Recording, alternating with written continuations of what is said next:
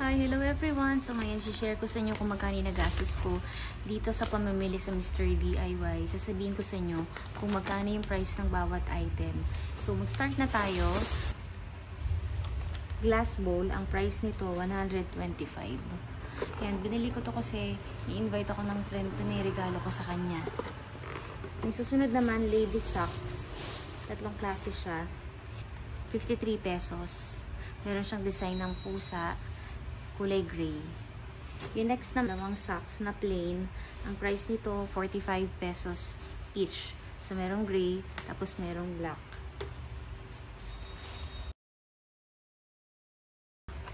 Four pieces wheel set. Papa-welding ko kasi to doon sa clothes rack. Yung sampayan nayari sa bakal para mas madali siyang i-move. 4 wheel set. Yung ilalim niya rubber. Ang size nito, 40 mm. Next naman, itong black latex gloves. Maganda to kasi tela yung ibabaw, tapos yung ilalim niya latex. Kaya ako siya binili kasi nagtatanggal ako ng damo sa gilid ng bahay. So, ito yung magandang protection sa kamay. Ang price naman nitong black latex gloves is 43 pesos.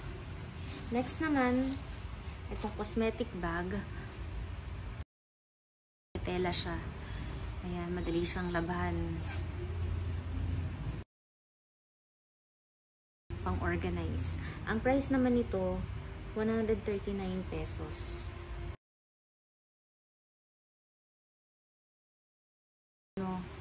Parang same siya ng shovel. Pero mas gusto ko siyang gamitin kasi yung ganito. Gumamit ng trowel kaysa ng shovel kasi mas malaki yung itong part na to. Mas malaki siya. So, ang price naman nitong brick layering trowel is 109. Next naman, natin itong dish rack. Itong dish rack, ang price naman nito 132 pesos. And lastly, itong 4 na set ng hanger, ang regular price nito is 100 pesos per set. Sa isang set, merong 10 pieces. Pero dahil same price na lang nito, 49 pesos. Ayan. So, merong 4 na sets. Ang total ng pinamili ko sa Mr. DIY is 1,019 pesos. Until here, see you on my next vlog.